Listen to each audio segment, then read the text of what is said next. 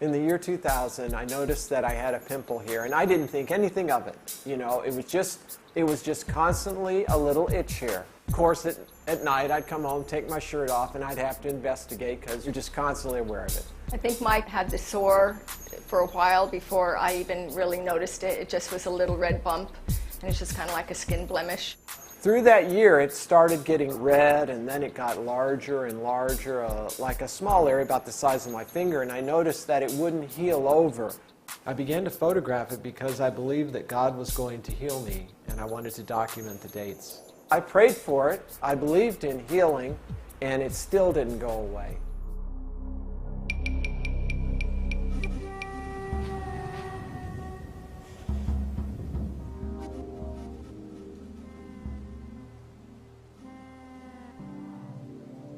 The desert oasis of Tucson, Arizona sits in a sheltered valley.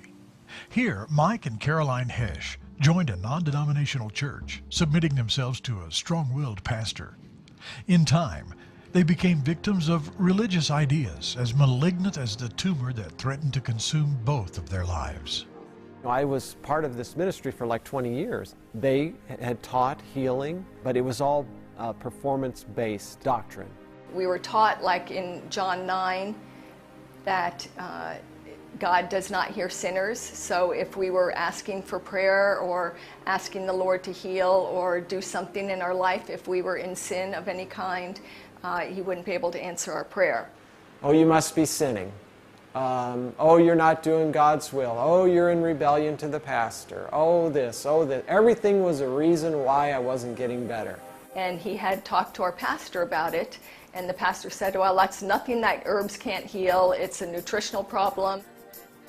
I seemed to just be getting worse and worse and worse. When it wouldn't go away, my pastor said, why don't you go to the doctor, then we can pray specifically for God to show us exactly what it is. So that's when Mike made an appointment with the dermatologist to have it checked out. And he comes in and he looks at it, and he didn't look at it for maybe 5 or 10 seconds. He said, excuse me, I'd like to go get my colleague. And then they did the doctor thing, you know, where they, and they're, you know, with their little thing probing around the edge. And they didn't say anything in front of me, but I could tell that it was kind of serious. He left the room and he said, the nurse will direct you, you know, what to do. When I got to the counter, she handed me a piece of paper, and she told me, you have an appointment, and it was like 2 weeks out. And I can't remember if he was behind me, the doctor that saw me, or in the hallway passing through. He just stopped. And he said, no, that's not soon enough. You know, and I could sense the fear. So he said, I'll take care of this. And well, the appointment was 2 days out from the day I was there. And I thought, whoa, to get a doctor, a surgeon to see you in 2 days, I mean, you know, something's happening here. I looked at the sheet that the doctor fills out, and he checked the diagnosis. He called me on the phone and after the appointment, and he said that the doctor said you need to have surgery right away to have that removed, and wrote up a little note, and this is what it was, a malignant neoplasm. And she said, well, I'll look it up and I'll call you back. So here I'm driving to work, and she calls me back very seriously. She says, Mike, it means that you have malignant neoplasm, cancer. She said, well, it's not benign. In other words, it's something that's actively growing. Now I'm thinking, wow, I've got something pretty serious here. A little bit of fear came in, but because it wasn't huge, I really felt like, you know what, I know Mike believes in healing and that the Lord can take care of this. Once I talked to her, I told the pastor, I said, what do you think I should do? He said, you know, Mike, you can do whatever you want.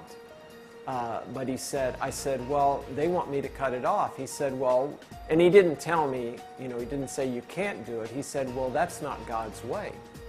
We believed that if you went to the doctors for anything like that to have it removed, you're sinning. And if you're sinning, then you can't trust the Lord for healing it.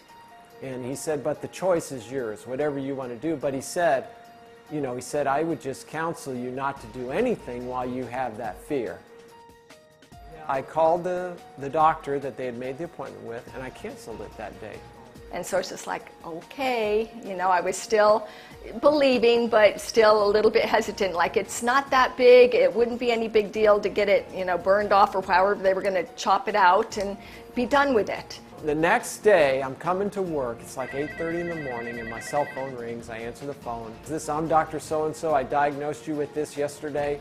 They just told me you canceled your appointment. I said, that's correct, I did.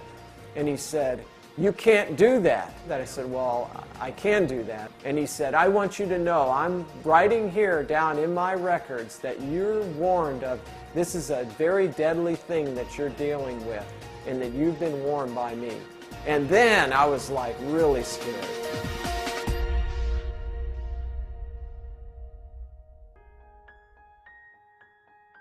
Well, that following February, I guess it would be 2002, I got very sick with the flu. And when that happened, it was just like the tumor, it just started growing out as a tumor. I remembered what the guy said, that if you let it go, it could metastasize, which I think in layman's terms means it can just turn into something else, or like mutate into some other form, or go throughout the rest of my body or something. I'm watching and bandaging, and as he's starting to get weaker and weaker, and this tumor is getting bigger, I'm thinking, why doesn't he just get this thing cut off? But at the same time as I'm thinking that, and I would vocalize that to him at times, just like, you know, this is just getting worse, you're getting, you know, sicker, just let's get this cut off.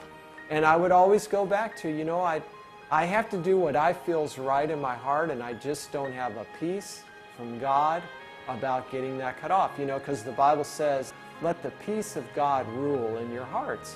I know that's not the solution. I don't have that peace in my heart. But as he would refuse, stubbornly refuse, and continue to stand on the word and God's promise of healing, I would try and agree with him and stand with him. And so for the next like 5 years, I went through this roller coaster at the church. I would get over one hurdle, and then the bar would go up a little higher, and then here would be another thing that was uncovered that I wasn't doing right, and that how could God hear me being a sinner? The whole time as it starts getting worse and worse, the tumor it would stink.